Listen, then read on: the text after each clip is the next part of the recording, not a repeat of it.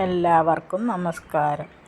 ഇന്നത്തെ വീഡിയോയിൽ എൻ്റെ ഡ്രാഗൺ ഫ്രൂട്ട് പ്ലാന്റിൻ്റെ ഇപ്പോഴത്തെ അവസ്ഥ കാണിക്കാം.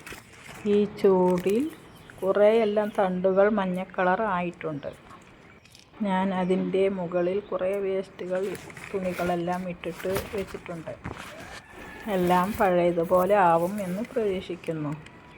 വീഡിയോ ഇഷ്ടമായാൽ എല്ലാവരും ലൈക്കും സബും കമൻറ്റും ചെയ്യണേ.